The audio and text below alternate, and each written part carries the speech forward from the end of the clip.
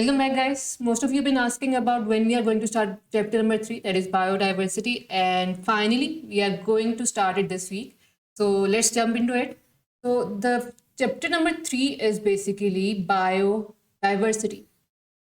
Now, the first thing that we need to understand is the meaning of the biodiversity. We already know the meaning of the word bio is life, it means life. And the word diversity means variety. Now we are dealing with biology, obviously, we are dealing with life. So, what does this mean? This means the variety of living organism in the ecosystem. Now, what is ecosystem? We have studied it in the chapter number 1 actually. Ecosystem is basically where the abiotic and biotic factors interact with each other. Living and non-living organisms basically interact with each other. So the ecosystem, the variety that is present within the ecosystem will be dealt with within the biodiversity. So this biodiversity is basically divided into two types. One is the flora, the other one is the fauna. Now, what is flora? Flora is the biodiversity of plants. Number of plants are present in our system, right? And fauna is the biodiversity of animals. This is the general classification of the biodiversity. Now, these flora and fauna, the quantity, the number of these things, the number of plants and animals vary in different regions. There are basically 3 regions, which are tropical, temperate, and the last one is the polar region. There are 3 regions: tropical region, temperate region, and polar region. In all 3 of these regions, what is the difference? In tropical region, there are only 2 type of the weather, you can say. One is dry, one is wet. There, the atmosphere usually stays warm throughout the year, right? So the biodiversity is richest in the tropical region. Whereas temperate region, the region where we live, there are 4 type of weathers there. And the biodiversity is much less as compared to the tropical region. So it decreases as we move down. And in the polar region, the biodiversity is much less. Why? There is the extreme of temperature. The temperature is really low there. Okay? So because of this, the tropical region has the highest biodiversity, whereas temperate has less as compared to tropical, and polar has the lowest biodiversity as compared to the other 2 regions. So this was about the introduction of the biodiversity. Now, what is the importance of biodiversity? Why do we need biodiversity in the ecosystem? What is the need there? This biodiversity is really very important because it provides number of things to human beings. First of all, it is used as food. We use plants and animal as a source of food, right? So the first major important thing is the food production for the human beings. Then number of drugs are obtained from plants, from animals, antibiotics, analgesics, cardiotonics. These are the types which are obtained from plants or animals, right? So this is the second importance of biodiversity. Again, number of industrial materials, gums, resins, dyes, these are obtained from plants or from hides of different animals, right? So these are the industrial materials that can be beneficial for human beings, and these are obtained from the number of animals and plants that are present in an ecosystem. Then the next importance is the maintenance of ecosystem. Why is it required? Why is the maintenance of ecosystem is required? There are number of species that are living within this environment. Plants, animals, microorganisms. बहुत सारी species हैं जो कि इस जगह पर रह रही हैं, right? And why are those species living here, and why is there a system that is present in the ecosystem? So the lives can be maintained. The balance that is present in this nature, in this ecosystem, is maintained because of this biodiversity. Okay?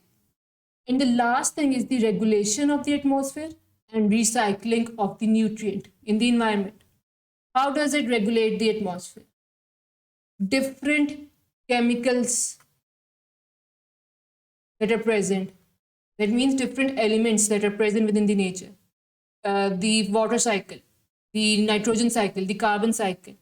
All of these cycles are maintained because of the biodiversity of living organisms. Living organisms are responsible for maintaining these cycles, and these cycles are important to maintain the ecosystem. Similarly, recycling of natural reservoirs.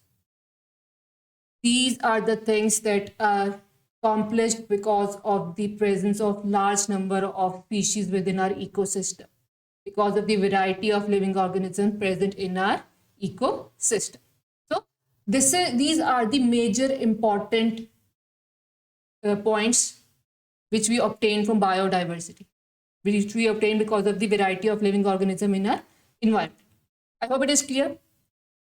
Then comes the basic knowledge about certain things that we will need in order to understand the biodiversity. The first thing is the classification. Now, what is classification?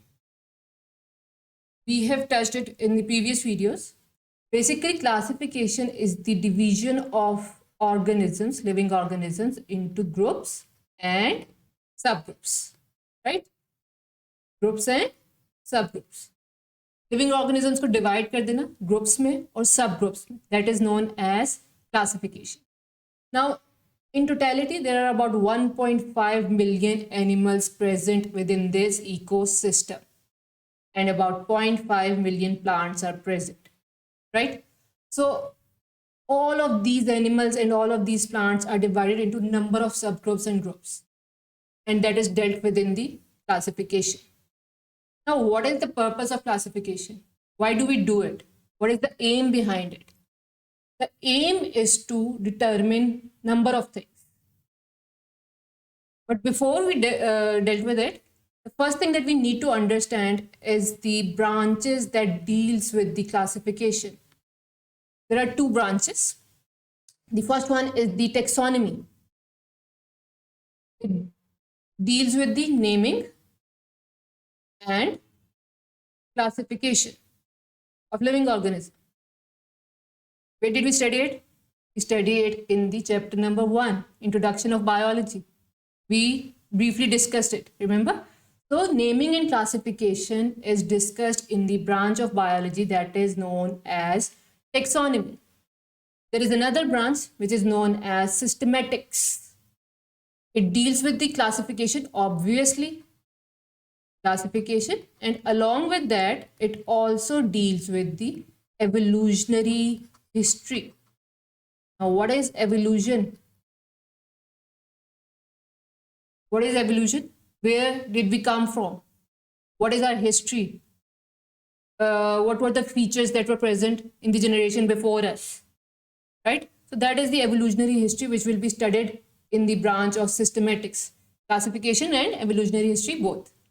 So based on these branches, there are two aims of classification, which are we divide the living organism into groups and subgroups because of these aims to determine the similarities and differences among different living organisms. And based on that, we will put them into certain groups or subgroups, right? So similarities and differences to determine these things among living organisms is the first aim of the classification. Now, the second aim of the classification is to determine the evolutionary history, based on which they will be separated from each other, right? Just like a sparrow is more related to a pigeon, both of these belong to a same class, that is birds, right? So if we are going to say that a sparrow is more related to ant, no, it is not more related to any other insect. It is more related to a pigeon. So that is the evolutionary history, that the history between the pigeon and the sparrow is much more related as compared to with any other species. So this is the second aim, to determine the evolutionary history. Clear? So this covers the aims of the classification. And now we will move on to the last thing, that is the basis of classification, on which basis we will classify different groups, different living organisms into groups and subgroups. The first one is the similarities in characteristics. What do you mean by this? Similarities mean that similarities and differences in the internal and external structure, right? Internal and external structure. The similarities between the internal and external structure. On the basis of this, just like I gave the example of pigeon and sparrow, the internal and external structure of pigeon and sparrow is almost similar as compared to if I'm going to compare it to another insect.